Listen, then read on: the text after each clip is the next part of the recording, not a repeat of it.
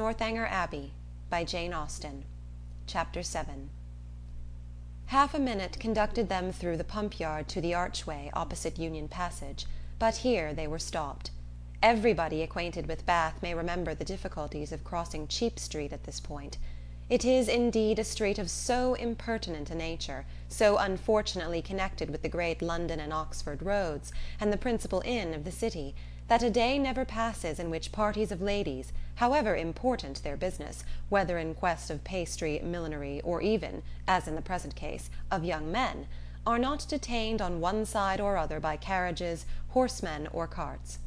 This evil had been felt and lamented at least 3 times a day by Isabella since her residence in Bath, and she was now fated to feel and lament it once more; for at the very moment of coming opposite to Union Passage, and within view of the 2 gentlemen who were proceeding through the crowds, and threading the gutters of that interesting alley, they were prevented crossing by the approach of a gig, driven along on bad pavement by a most knowing-looking coachman, with all the vehemence that could most fitly endanger the lives of himself, his companion, and his horse. "Oh, these odious gigs!"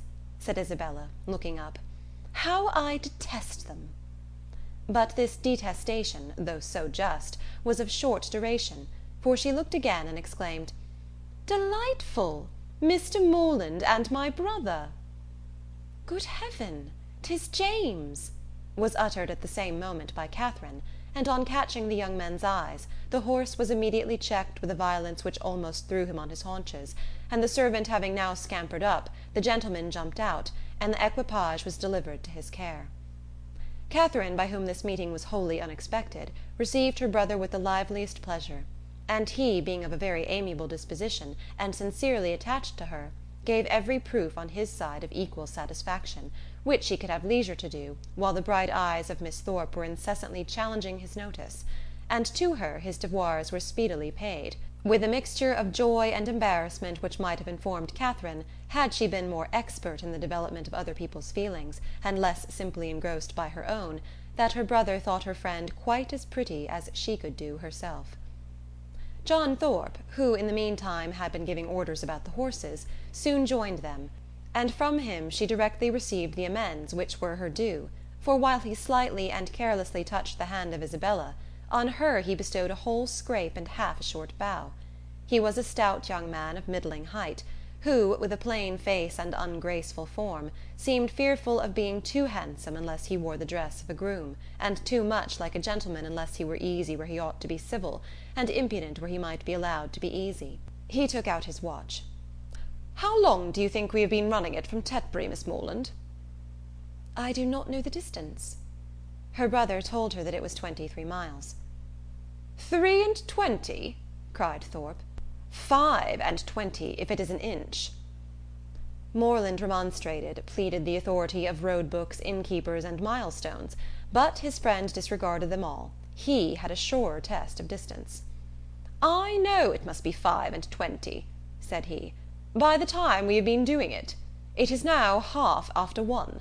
We drove out of the inn-yard at Tetbury as the town clock struck 11, and I defy any man in England to make my horse go less than 10 miles an hour in harness. That makes it exactly 25. "You have lost an hour," said Morland. "It was only 10 o'clock when we came from Tetbury." 10 o'clock? It was 11, upon my soul. I counted every stroke. This brother of yours would persuade me out of my senses, Miss Morland. Do but look at my horse. Did you ever see an animal so made for speed in your life?" The servant had just mounted the carriage and was driving off. "Such true blood! 3 hours and a half indeed, coming only 23 miles. Look at that creature, and suppose it possible if you can." "He does look very hot, to be sure." "Hot! He had not turned a hair till we had come to Walcot Church. But look at his forehead, look at his loins, only see how he moves.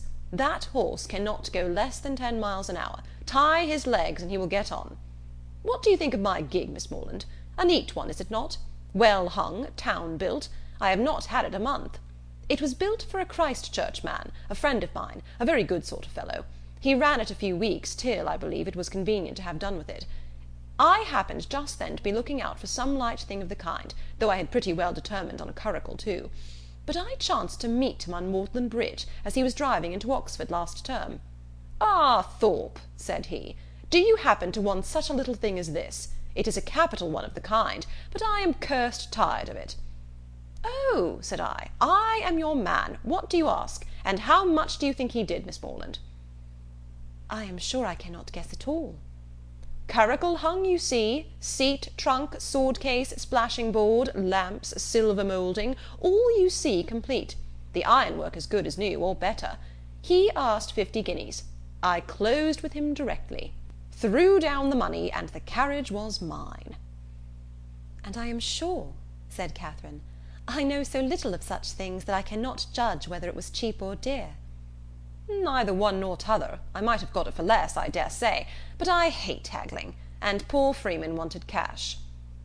"That was very good-natured of you," said Catherine, quite pleased. "Oh, damn it, when one has the means of doing a good thing by a friend, I hate to be pitiful." An inquiry now took place into the intended movements of the young ladies, and on finding whither they were going, it was decided that the gentlemen should accompany them to Edgar's Buildings, and pay their respects to Mrs. Thorpe. James and Isabella led the way, and so well satisfied was the latter with her lot, so contentedly was she endeavouring to ensure a pleasant walk to him who brought the double recommendation of being her brother's friend and her friend's brother, so pure and uncoquettish were her feelings, that, though they overtook and passed the two offending young men in Milsom Street, she was so far from seeking to attract their notice that she looked back at them only 3 times. John Thorpe kept, of course, with Catherine, and after a few minutes' silence renewed the conversation about his gig. "You will find, however, Miss Morland, it would be reckoned a cheap thing by some people, for I might have sold it for 10 guineas more the next day. Jackson of Oriel bid me 60 at once. Morland was with me at the time." "Yes," said Morland, who overheard this, "but you forget that your horse was included." "My horse? Oh, damn it, I would not sell my horse for 100. Are you fond of an open carriage, Miss Morland?" "Yes, very. I have hardly ever an opportunity of being in one, but I am particularly fond of it." "I am glad of it. I will drive you out in mine every day." "Thank you," said Catherine in some distress, from a doubt of the propriety of accepting such an offer. "I will drive you up Lansdowne Hill to-morrow." "Thank you, but will not your horse want rest?" "Rest? He has only come 23 miles to-day. All nonsense. Nothing ruins horses so much as rest. Nothing knocks them up so soon. No, no, I shall exercise mine at the average of 4 hours every day while I am here." "Shall you indeed?" said Catherine very seriously. "That will be 40 miles a day." 40? Ay, 50 for what I care. Well, I will drive you up Lansdowne to-morrow. Mind, I am engaged." "How delightful that will be!" cried Isabella, turning round. "My dearest Catherine, I quite envy you. But I am afraid, brother, you will not have room for a third." "A third, indeed? No, no. I did not come to Bath to drive my sisters about. That would be a good joke, faith. Morland must take care of you." This brought on a dialogue of civilities between the other two, but Catherine heard neither the particulars nor the result.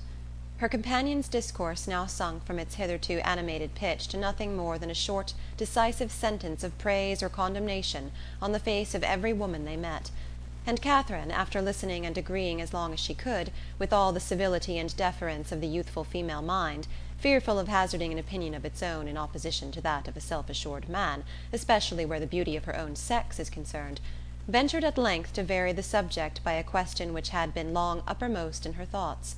It was, "Have you ever read Udolpho, Mr. Thorpe?" "Udolpho? Oh, Lord, not I. I never read novels. I have something else to do." Catherine, humbled and ashamed, was going to apologize for her question, but he prevented her by saying, "Novels are all so full of nonsense and stuff. There has not been a tolerably decent one come out since Tom Jones, except The Monk. I read that t'other day, but as for all the others, they are the stupidest things in creation." "I think you must like Udolpho. If you were to read it, it is so very interesting." "Not I, faith. No, if I read any, it shall be Mrs. Radcliffe's. Her novels are amusing enough. They are worth reading. Some fun and nature in them." "Udolpho was written by Mrs. Radcliffe." said Catherine, with some hesitation, from the fear of mortifying him. No, sure, was it? Ay, I remember so it was. I was thinking of that other stupid book, written by that woman they make such a fuss about, she who married the French emigrant. I suppose you mean Camilla? Yes, that's the book. Such unnatural stuff. An old man playing at seesaw. I took up the first volume once and looked it over, but I soon found it would not do. Indeed, I guessed what sort of stuff it must be before I saw it.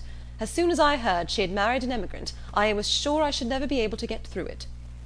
I have never read it. You had no loss, I assure you. It is the horridest nonsense you can imagine. There is nothing in the world in it but an old man's playing at seesaw and learning Latin. Upon my soul, there is not. This critique, the justness of which was unfortunately lost on poor Catherine, brought them to the door of Mrs. Thorpe's lodgings, and the feelings of the discerning and unprejudiced reader of Camilla gave way to the feelings of the dutiful and affectionate son, as they met Mrs. Thorpe, who had descried them from above in the passage. "Ah, mother, how do you do?" said he, giving her a hearty shake of the hand. "Where did you get that quiz of a hat? It makes you look like an old witch. Here is Morland and I come to stay a few days with you, so you must look out for a couple of good beds somewhere near." And this address seemed to satisfy all the fondest wishes of the mother's heart, for she received him with the most delighted and exulting affection. On his two younger sisters he then bestowed an equal portion of his fraternal tenderness, for he asked each of them how they did, and observed that they both looked very ugly. These manners did not please Catherine, but he was James's friend and Isabella's brother, and her judgment was further brought off by Isabella's assuring her, when they withdrew to see the new hat, that John thought her the most charming girl in the world, and by John's engaging her before they parted to dance with him that evening. Had she been older or vainer, such attacks might have done little, but where youth and diffidence are united, it requires uncommon steadiness of reason to resist the attraction of being called the most charming girl in the world, and of being so very early engaged as a partner. And the consequence was that, when the two Morlands, after sitting an hour with the Thorpes, set off to walk together to Mr. Allen's, and James, as the door was closed on them, said, "Well, Catherine, how do you like my friend Thorpe?" Instead of answering, as she probably would have done, had there been no friendship and no flattery in the case, "I do not like him at all," she directly replied, "I like him very much. He seems very agreeable." "He is as good-natured a fellow as ever lived. A little of a rattle, but that will recommend him to your sex, I believe. And how do you like the rest of the family?" "Very, very much indeed. Isabella particularly." "I am very glad to hear you say so. She is just the kind of young woman I could wish to see you attached to. She has so much good sense, and is so thoroughly unaffected and amiable. I always wanted you to know her, and she seems very fond of you. She said the highest things in your praise that could possibly be, and the praise of such a girl as Miss Thorpe even you, Catherine," taking her hand with affection, "may be proud of." "Indeed I am," she replied. "I love her exceedingly, and am delighted to find that you like her too. You hardly mentioned anything of her when you wrote to me after your visit there." "Because I thought I should soon see you myself. I hope you'll be a great deal together while you are in Bath. She is a most amiable girl, such a superior understanding. How fond all the family are of her! She is evidently the general favourite, and how much she must be admired in such a place as this. Is not she?" "Yes, very much indeed, I fancy. Mr. Allen thinks her the prettiest girl in Bath." "I dare say he does, and I do not know any man who is a better judge of beauty than Mr. Allen. I need not ask you whether you are happy here, my dear Catherine. With such a companion and friend as Isabella Thorpe, it would be impossible for you to be otherwise. And the Allens, I am sure, are very kind to you." "Yes, very kind. I never was so happy before, and now you are come it will be more delightful than ever. How good it is of you to come so far on purpose to see me." James accepted this tribute of gratitude, and qualified his conscience for accepting it too, by saying with perfect sincerity, "Indeed, Catherine, I love you dearly." Inquiries and communications concerning brothers and sisters, the situation of some, the growth of the rest, and other family matters now passed between them, and continued, with only one small digression on James's part, in praise of Miss Thorpe, till they reached Pulteney Street, where he was welcomed with great kindness by Mr. and Mrs. Allen, invited by the former to dine with them, and summoned by the latter to guess the price and weigh the merits of a new muff and tippet. A pre-engagement in Edgar's Buildings prevented his accepting the invitation of one friend, and obliged him to hurry away as soon as he had satisfied the demands of the other. The time of the two parties uniting in the octagon room being correctly adjusted, Catherine was then left to the luxury of a raised, restless, and frightened imagination over the pages of Udolpho, lost from all worldly concerns of dressing and dinner, incapable of soothing Mrs. Allen's fears on the delay of an expected dressmaker, and having only 1 minute in 60 to bestow even on the reflection of her own felicity in being already engaged for the evening. End of chapter 7.